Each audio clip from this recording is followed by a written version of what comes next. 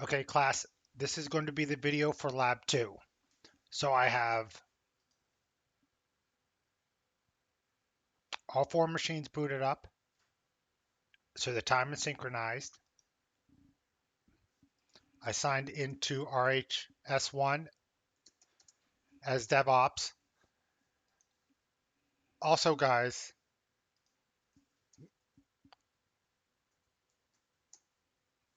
I went into display settings and I changed it to 1280 by 720.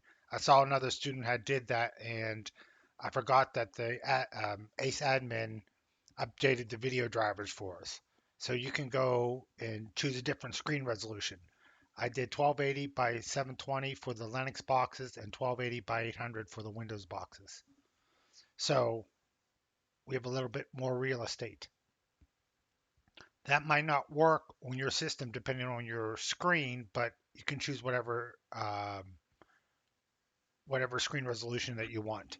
Hopefully this is still readable on the videos. Okay, so what we're going to do in this lab is playbooks.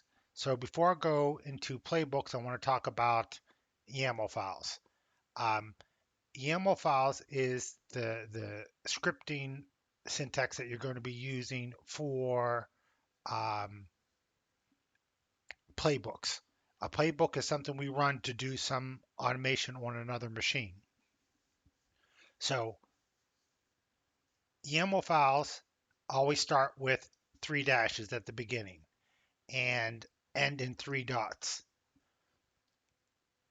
On the video, I noticed a lot of people make mistakes and actually put 3 dashes. So that's 3 dots at the end. And it can have a list of items. Each item in the list would have a dash. And then it could also have something called a dictionary item. A dictionary is a key, colon, space. That's important to remember, and then a value. So in this particular case, here's a dictionary item called name, colon, and then a developer's name, Martin Developer. Then underneath it, you have job, colon, space developer, skills, colon, space elite. Now, if you look, that these are the values for this key. So this whole thing is also a dictionary item. So if I have multiple dictionary items, I could separate them because that's one item in a list. That's the second item in a list. So I'm going to put a dash in front of it. It's not very difficult, and there's other ways to do things other than just what I'm showing you, but YAML is very forgiving. The extension for a YAML file is YML. So it's a very forgiving syntax, and it's also very flexible. Here's another example. Instead of having to do true, I could do yes. I could do true with an uppercase T. I can do true all uppercase, or I can do true all lowercase. I tend to stick with true all lowercase. You could put a 1 for true as opposed to this. So when you're doing true or false, it'll accept a lot of different things. There's ways to break a line up into multiple lines, but I'm not going to go into that.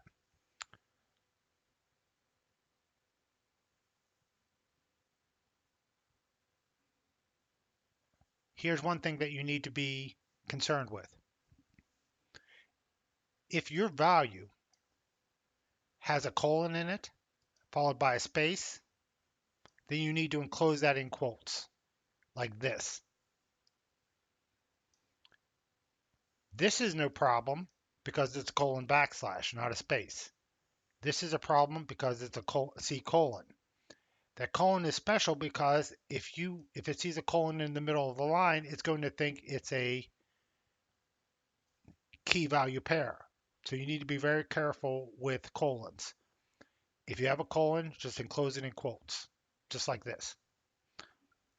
So you'll get more familiar with it and what you can do and what you can't do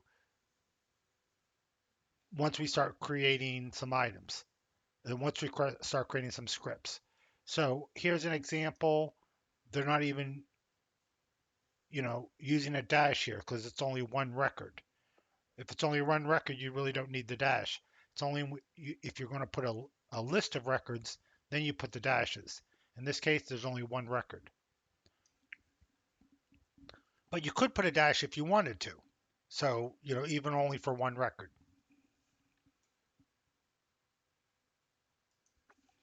Okay, so what we're going to start off with is writing one playbook with one play and one task in that playbook. So I'm going to open up code. I'm going to open up code.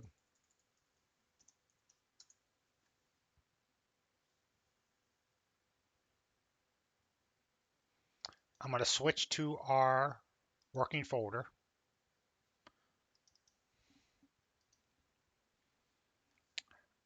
Now, I've done a lot of these scripts already, so I don't have to type them out. You do. But I have them in the documentation on D2L.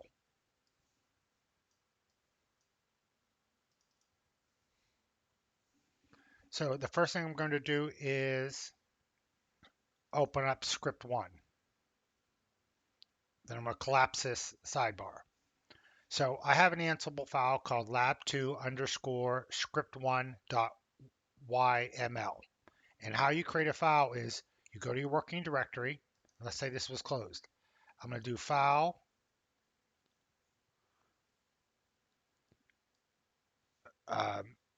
new, and then I'm going to start typing 3 dashes. Now, if I hit enter, then tab, you see how it goes over too many spaces? So it doesn't know it's a YAML file because it doesn't have an extension yet. So put your 3 dashes, do file, save as, some YAML file dot YML. So when you put that YML extension, code will know it's a YAML file at that point. So when I hit enter and I put like a dash, when I do a tab, it knows to only go over 2 spaces. I'm going to close this file out. So the first thing you want to do is create a new file, put your 3 dashes, save it as the file name with a YAML extension. Otherwise, your tabs won't look right. So I'm going to do a list, and I'm going to remove some YAML file. Guys, I don't type that quick. RM space S. That's the only file in this list that starts with an S. Hit the tab key, and it will auto-complete that file. So I'm going to go back and open up Lab Script 1. Then collapse the Explorer. So I have 3 dashes, and then I have my first play. A play is a section of a playbook. I can have multiple plays per playbook. So this one only has one play. So the first thing I need to do, no, you don't need to do this, but it makes a lot of sense. When you see when I run it, you'll see why. I'm going to put a dash space. It's important to put the space. When I look at the documentation and I look at a list item, I can see there's always a space after the dash. Space, name, colon. Now this is my first dictionary item. My key is name, and my value is add a user to a Linux machine. Now I don't need to put that around quotes because Ansible is smart enough to, when it reads this, it knows this is a dictionary item. Until I hit enter, it knows it's not till the end. The only time I need to put the quotes is if I have a colon somewhere in this name. So it's always advisable to name your play. And we're going to specify by hitting enter. When you hit enter, it'll bring it right down to this dash. Hit tab once and it'll bring it over to the right area. In this case, I'm only going to run this play against one host. And then I'm going to have a var dictionary item. A var's dictionary item. There's my key, and there's my value. Incidentally, this value is another dictionary item. I'm not going to go into vars until next chapter. So this is one of those hear me now, believe me later scenarios. I'll explain what this var is in the next chapter. So now this play has one task. I can have a playbook with multiple plays, and each play can have multiple tasks. But this playbook has one play with one task in it. So I'm going to put task plural colon. So that's my key for this dictionary item, and this is my value for this dictionary item. I didn't really have to put the dash here, but I did in case this task has several things you can do with it. But this only has one thing. So after you do play and you put name, that's the name of that task. After you put task and you put name, that's the name of the task. This is the name of the play. Incidentally, lab2 underscore script1 is the name of the playbook. So this play, the name is add a user to a Linux machine. It has one task, and that task is add U1. And then the next thing after that is what module you're going to be using. So in this case, I'm going to be using the user module. So I already have docs.ansible.com up. So I can click on Ansible docs, type user, and don't do user guide. I'm going to use the module. I'm looking for the module. And then here is all of the items for all the arguments for the user module. Now, if you're doing a certification exam, you don't have this. So what you need to do is Ansible doc and then just type user.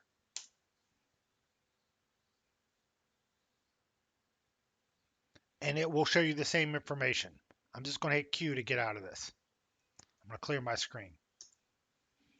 Okay, so I'm going to use the user module. The user module has a name field, a dictionary item.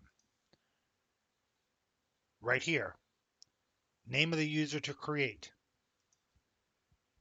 I'm going to do a comment field. Well, if you know anything about Linux, the comment field is the friendly name of the user account. So if I look at cat Etsy password, password, PASSWD, and you can't see it here, but that field right there is the comment field. So this U1 will be the first field of this file. The comment field would be that field. I could specify using this user module any of these columns. So right now, this is my username. This is my password. If it's an X, that means the password is no longer stored in Etsy password. It's stored in Etsy shadow. Here's my user ID. Here's my primary group. So when I create a file or folder, the primary group, which happens to be the same as my user ID, but it has no relation, is that's my primary group. And basically, every time I create a file or folder, my primary group will be the owner of that file or folder, the group owner. We don't have that concept in Windows. So I'm going to cat Etsy group, and I'm going to grep for 1001. Incidentally, it has a group called DevOps as well. Every time you create a user account, you don't specify a primary group. It creates a primary group on your behalf with the same name as the username. So this next column is our full name. Like my user account would be B Ferris. My full name would be Brian Ferris. That's what that comment field is. The next group is where my home folder is going to be located, or the next column. And the last column is my preferred shell. In this case, I'm going to be using bash. The next thing we're going to do is we're going to specify the state. In this case, state can take two choices, absent or present. You want to make sure that the user account is there, or you want to make sure that the user account is not there. And lastly, I'm just going to take a password.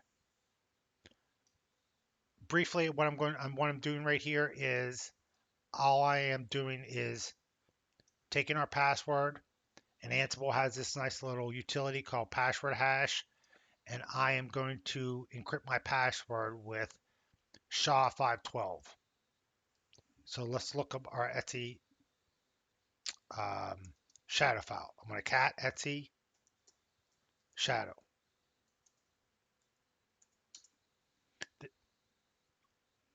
Only root can do that. So I need to sudo cat Etsy shadow. So what I like to do is I like to look at Etsy shadow, and you see this $6 right here. I'm going to go up here and do Etsy shadow $5, $6, just to get some examples.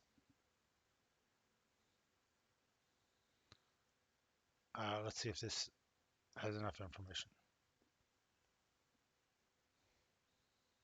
Okay, this is what I'm looking for. So Etsy shadow, just like Etsy password, is a colon delimited file. This is just a bunch of columns. The second column is the encrypted password. Everyone has read access to Etsy password. They need to be able to have read access because they need to be able to read that file to know if they can sign in. Because of that, they took the encrypted passwords out of Etsy password and moved them into Etsy shadow. And only root can read that. So when you sign in, root's actually reading this file to know if your password is right. So your password is stored in a one-way encryption, meaning you really can't decrypt it unless someone did like a rainbow table. But this first two characters tell you what type of encryption is being used. So in our case, sorry, it's the first three characters. $6 is using SHA-512. Older versions of Linux use SHA 256. Some use Blowfish. Some used MD5. Currently, this is what we're using. So that's how I'm going to encrypt the password. So all I'm doing is taking my plain text password. This is a variable.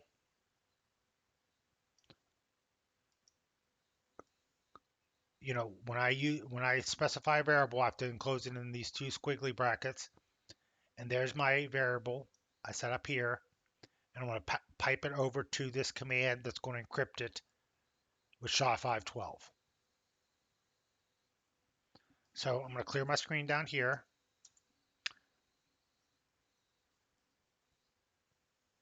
There's no way you're not going to make typos. So I need to verify that this YAML file is in the proper syntax.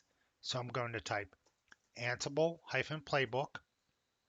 I'm going to type my file lab2 underscore script1.yaml, and then I'm going to do syntax check.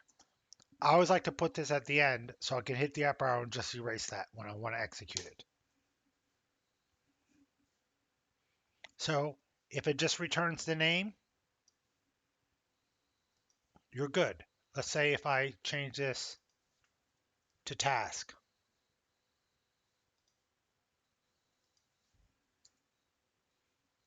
and save it, Control S, and then I do a syntax check. It's not going to understand what task is because Ansible doesn't know a task. Let's say I did a name, no space.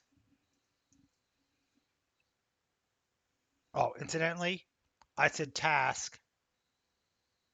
I changed task to task without an S, and it said that the problem came right after. So whenever you see an error, look above that error. Most likely, The issue is right above it. So I'm going to do it again.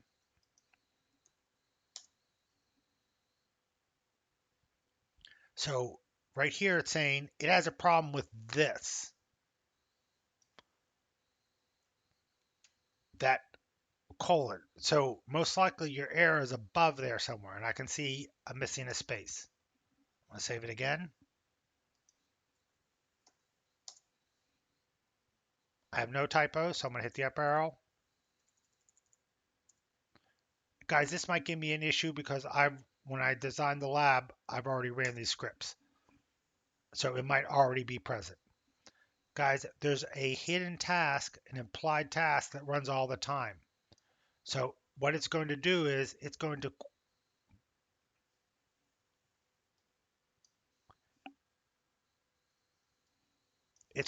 connect to that machine and gather a bunch of facts. You can prevent this from running, but I don't see why you would want to. So in this case, it actually made a change. I guess I erased it.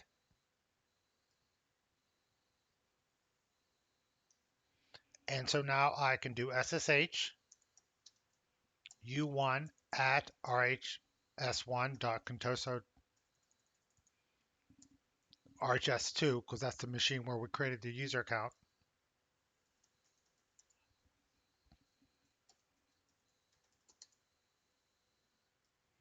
And so I'm able to connect to RHS2 as U1. If I want to erase that account, I can just change this to absent, save it. Now guys, type exit so you get back to RHS1. Because remember, we don't have Ansible installed on RHS2. So I'm going to rerun it, and that will remove that user account to bring us back to a clean slate. Okay, so I'm going to just save this back so my script is back to the way it was. So the next thing we're going to do is we're going to create a playbook with multiple tasks in one play. Through the magic of recording, I already have this playbook set up. So now this is going to be a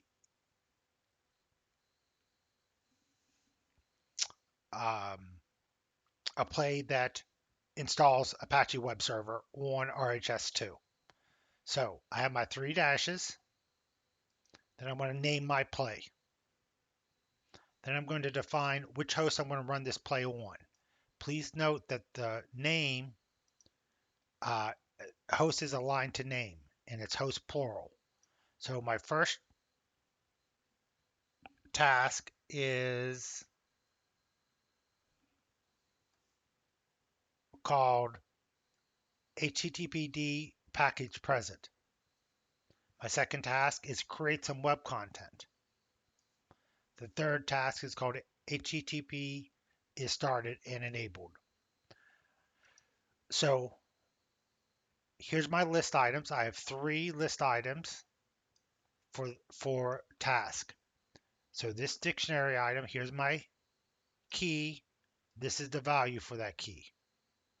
So this particular dictionary item has other dictionary items. It actually has a list in it. And that's what I'm doing with these dashes.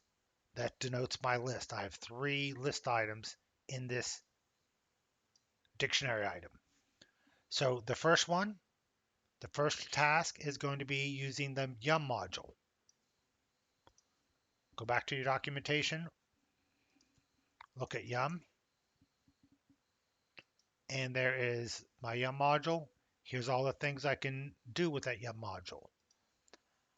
I'm only using 2 of those. The name, the package I want to install, and the state, whether I want it to be removed or absent. I could also do absent, installed, latest, present, removed. So the difference between present and installed is if I have an older version, that'll be true. But I might not want an older version. Maybe I want just the latest. So right now I'm just going to do the present because I didn't already have it installed. So the next thing we're going to do is after HTTP is installed, HTTPD, which is Apache for Red Hat, we are going to copy a file over. So basically, I'm going to do a dir or a clear so you can see my screen. So now I'm going to do a list and I can see I have a folder called files and I have a folder called group vars. We talked about this in the last video.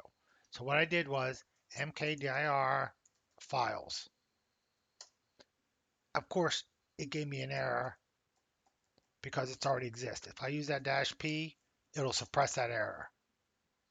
That'll say create the directory and any missing directories. But if they already exist, don't generate an error. Just give me output.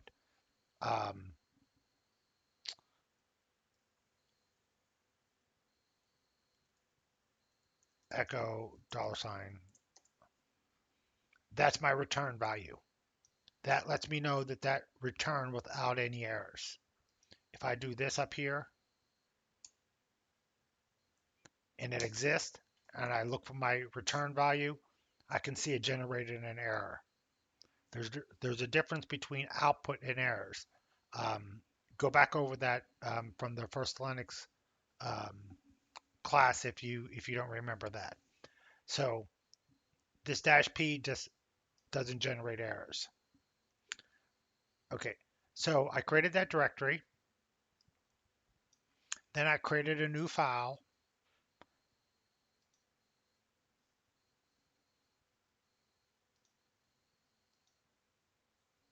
called index.html, and I saved it in that directory as index.html. So make sure you save this in the files directory, because what I'm going to be doing in my script, let me pull up that.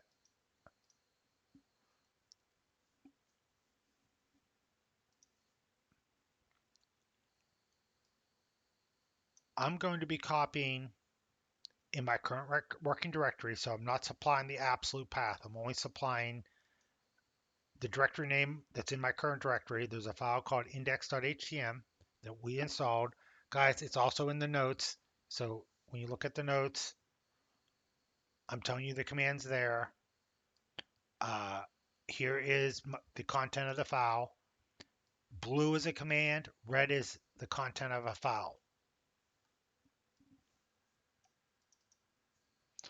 And so I'm going to copy this files /index.htm on this machine to the var www html index location on the other machine.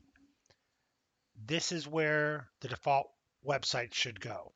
You can change this, but it's probably a good place to keep your um, files, your web content.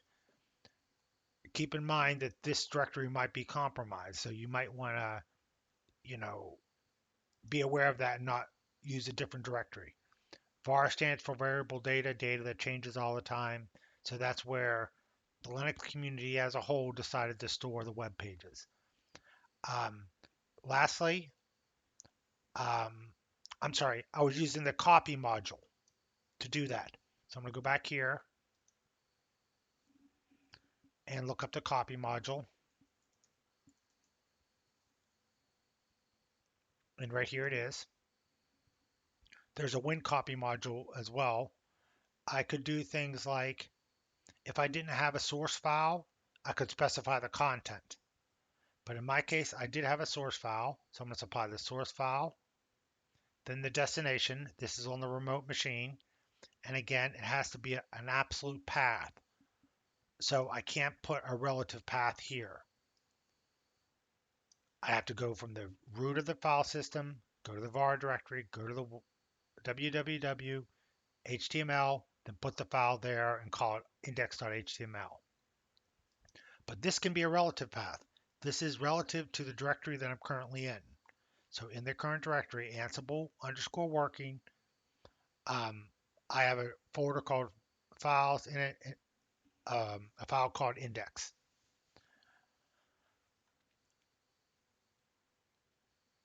The last task is called HTTPD is started and enabled. So I'm using this service module,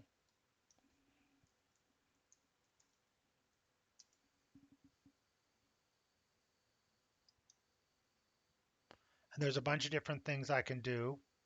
The state could be reloaded, restarted, stopped, and start. Essentially, this is going to run system control with whatever argument you put in here. I need to supply the name of the service. Those are two things that you really need to supply, at least those two things, name and state. So there's the name of the service I want to start.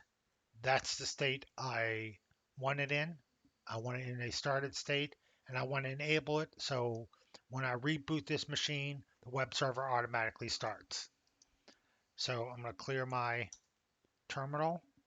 I'm going to do lab2 underscore, maybe not, Ansible Playbook, lab2 script2 .yamo. I'm going to check to make sure I have no typos. It's in the right format. I'm going to hit the up arrow, erase this. Again, I might have already ran this because I wrote it yesterday when I designed the lab. So if it's already there, it's there. Okay, it didn't make a change because I already had it installed.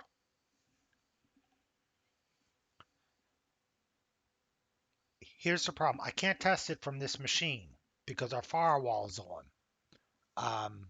So what I'm going to do is connect to the other machine and open up HTTP so we can get HTTP traffic through our firewall. So I'm going to connect as DevOps to RHS2, Contoso, and I can show you that I can't, well, maybe I already have it open, but let me see. I'm going to use a command called curl command line URL.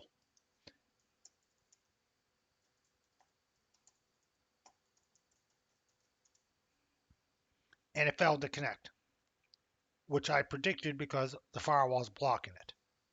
So I'm going to SSH to RHS2 to connect to that machine remotely.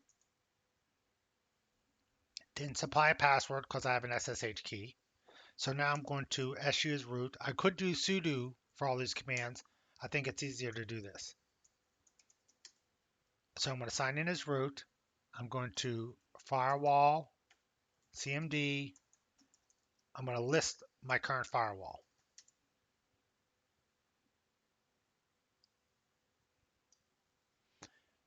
I am using the public zone and I don't have HTTPS allowed.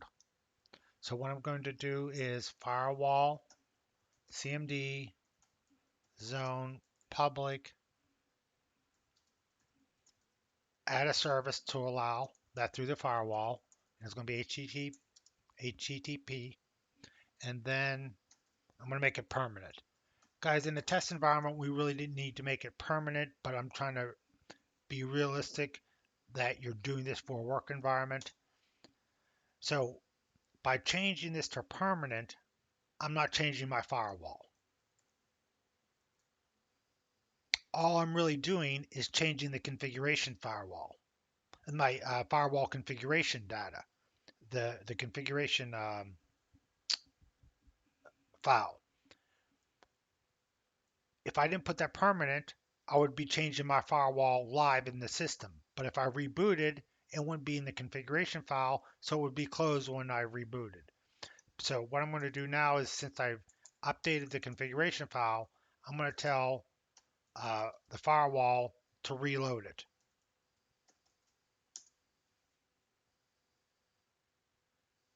Now when I do a list all, I can see that HTTP is allowed. So I'm going to exit out of here and go back to RHS1. I'm going to hit bang CU for curl. I'm going to run the last command that started with CU. Sorry, I'm still connected to RHS2 because when I typed exit, I signed out of root. So I've got to update the notes to say exit twice. So now I'm disconnected. Now I'm going to bang CU. And basically, I grab that web page and I display it. I display the web code. I'm going to pause the video and update the notes appropriately. Okay, so I fixed the D2L so it reads 2 exits. So the thing I'm going to do now, I can see my website is working fine. I actually have the code that I specified in my index.html. So this is what I put locally that was copied over to the web server.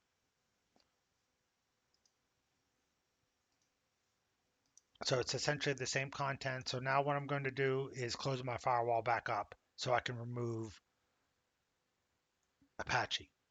So I'm going to do SSH to rhs2.contoso.com. I'm going to switch to root.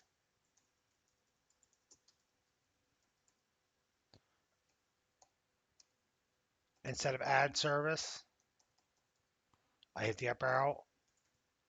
I'm going to remove service. I'm going to reload my firewall. If I type exit, that'll sign me out of root. If I type exit again, that will disconnect me from RHS2. Now if I do a bang curl, I can see I can't get to that website. Even though the website is up and running, I've made no changes to the website, the firewall is blocking me. The other thing I'm going to do is change the state to absent, save it. I'm going to run the script again to remove the firewall. To move the Apache web server.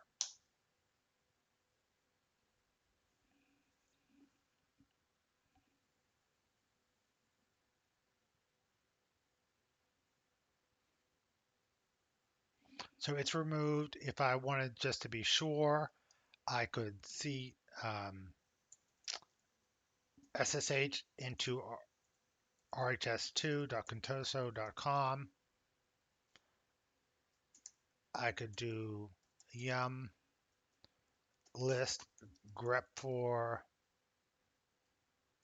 httpd. I don't need to be signed in as root because I'm not actually doing an install. I'm just listing some yum packages.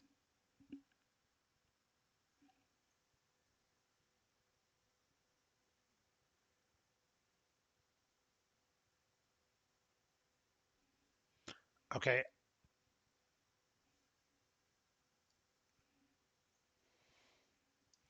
Right here, I can see that it's there,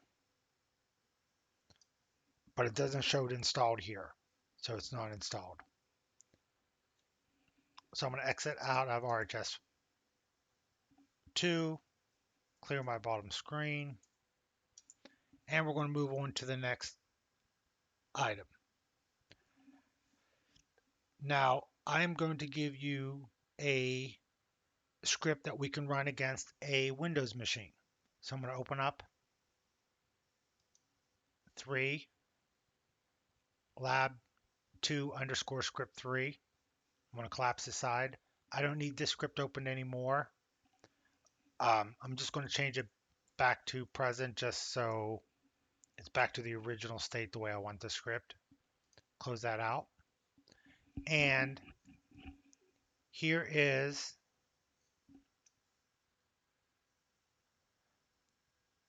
a script, a playbook, with one play and multiple tasks. So the play's name is create domain user. I'm going to do this against the DC. The task is first I'm going to create a group. What module am I using? Windows domain group. So I can go back to Ansible documentation. When domain group, there's that module. Here's all the things I can do. I'm making sure it's present. I'm supplying the name of the group. I'm also supplying whether it is a security or distribution group. Um,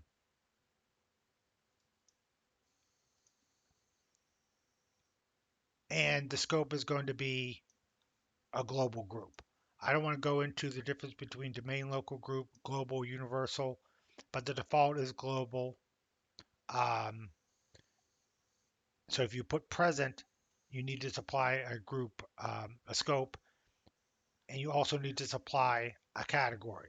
It's going to be a security group used for security permissions, not for email. And then it's going to be a global group, which is really kind of the default in a Windows environment, especially if you only have one domain. So I'm going to create a group. Then I'm going to create a user. There's only two tasks in this play. The other module I'm using is Win Domain User. These are all the things I'm going to set. If you need to look those up, user principal name, surname, password, state, groups. I want this user account to be in two groups, HR and domain users. Some other attributes I want to set, like the email field, a proxy address, and then the actual email. So you can go over here to the documentation and review that. And then I'm going to end my YAML script with 3 dots. Guys, Ansible doesn't bark if you don't put the 3 dots. But I'm teaching a class, so I'm going to try to show you the right way to do it. So I'm going to do Ansible Playbook. It is called lab2 script 3.yaml. And I'm going to check the syntax first. In real life, guys, I wouldn't have done this because if I have the wrong syntax, it'll show it to me. But again, I'm trying to be a good professor and show you the right way of doing things, not necessarily how I do them in real life. So now I'm going to execute it. Again, I might have already done this, and that user account might already exist.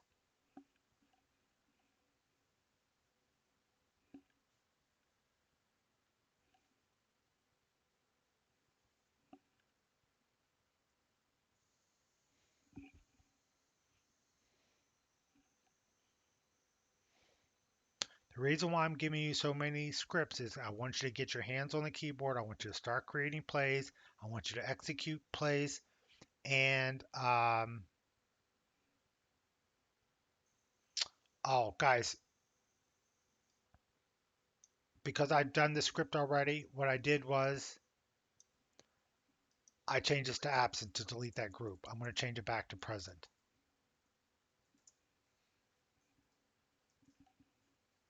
So I'm going to do Control S to save it. So I can't add a user to a group if the group doesn't exist.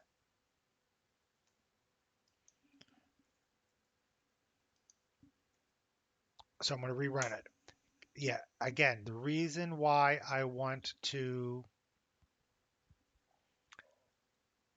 have you write playbooks, not just cut and paste, because you're going to create typos.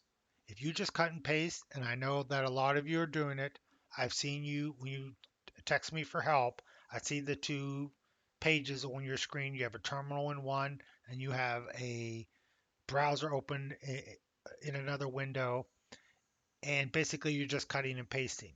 You're not going to generate mistakes. If you don't generate mistakes, you're not going to learn as well. Those mistakes are a valuable part of the learning process because it's going to give you diagnostic skills. whatever you can say about me, my diagnostic skills are great because of all the mistakes that I create all the time. So you need to experience those mistakes. Don't just cut and paste, type it out, make the typos, read the errors that you're getting. And I saw this, and I saw the error was um, HR. So when I saw that, I instantly knew, oh, I forgot to change that back.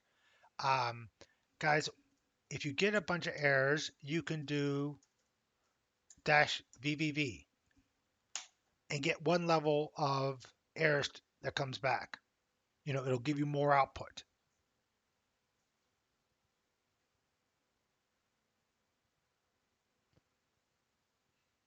I think you can go all the way up to 6 V's. Every time you add another V for verbose, it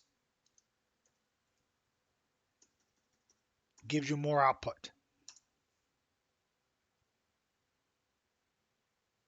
It's a pretty common practice in Linux.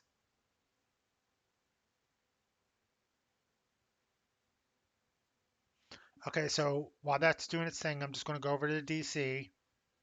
Again, I changed my screen resolution. I hope this doesn't become too small in the videos. I'm going to go to Tools, Active Directory Users in Computers,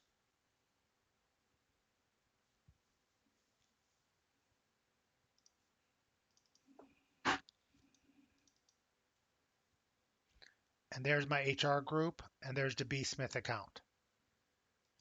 And to be fully transparent, guys, believe it or not, I didn't write this script, a student did. So they went and researched it. They went and pulled up the Win domain user module, looked at all the things that it needed, tried some things. I'm sure it failed, then tried some other things. So this is a student written script, a Broward College student written script. So um, I like to see those students who take it above and beyond what I asked of them. So we're going to do one more script with one play, multiple task. So I'm going to close this out. You can delete that user account if you don't want it. I'm going to go and I'm going to choose lab script 3. Maybe not. Lab script 4. So I'm going to show you how to install software. Um, we did ad hoc commands on how to install a feature in Windows, but I want to show you how to install software. So again, my play is called software install. The host I'm going to do it against is mscatoso.com. I don't want to install anything on my DC. And I have 3 tasks.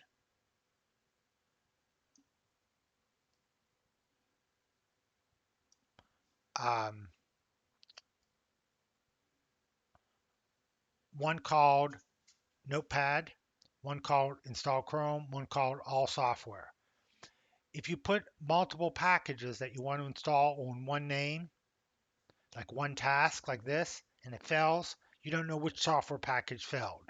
So I'm trying to give you um, and again, this is a student wrote this. I added a little bit of stuff to it, but again, this is a BC student created script.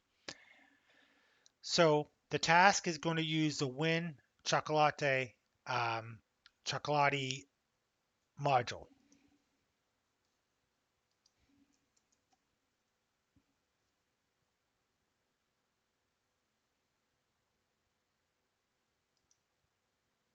No, I don't want that one.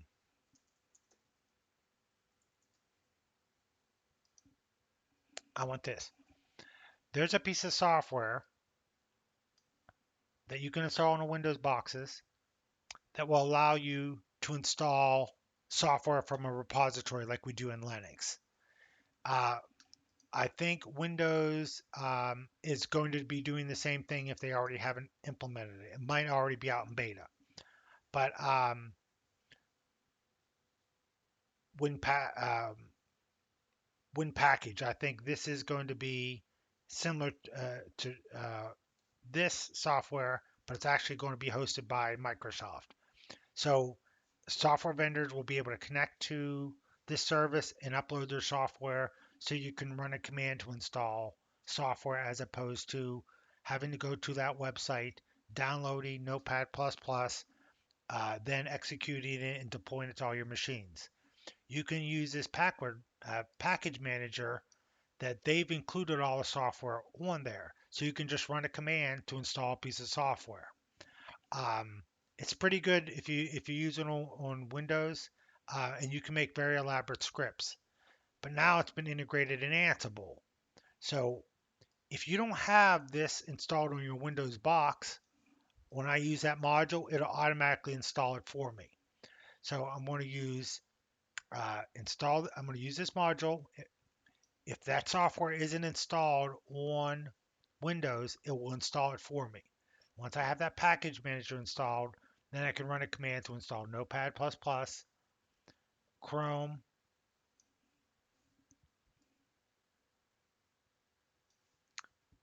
um, some putty. I'm not sure what this is. Again, this is a student created script, and he's doing Git for GitHub. So I'm going to go down here and do lab. I'm going to clear my screen. Ansible playbook dash, nope, lab 2. I like to put the syntax check at the end so I can erase it.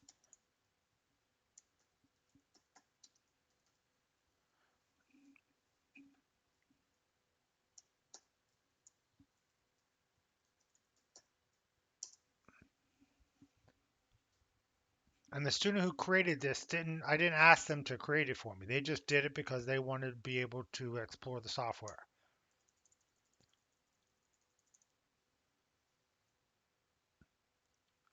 You know, the only difference that I really added to this was I made it so it was a domain computer, so you could do this across the domain.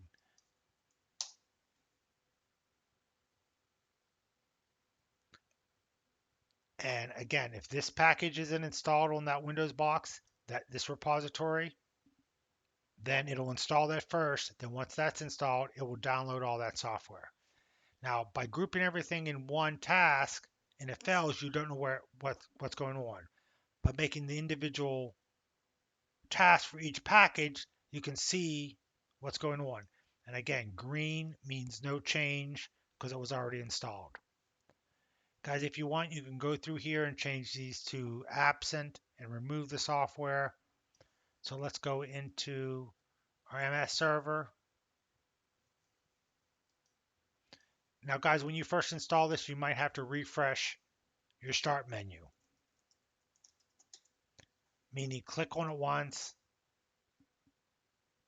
then close it and click on it again. So there's all the software. There's Google. There's the Git. Oh, that's what that other one was that I didn't remember. This Proc Explorer. I guess it's a utility that he uses a lot at work. That shows you all your process. I guess it's like a task manager on crack. So it installed all that software for me. And it's a relatively quick process.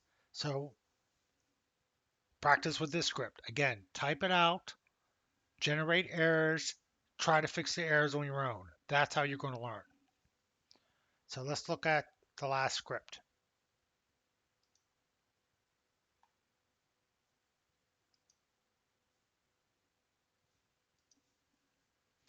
Now, so I'm going to deviate a little bit from the other two.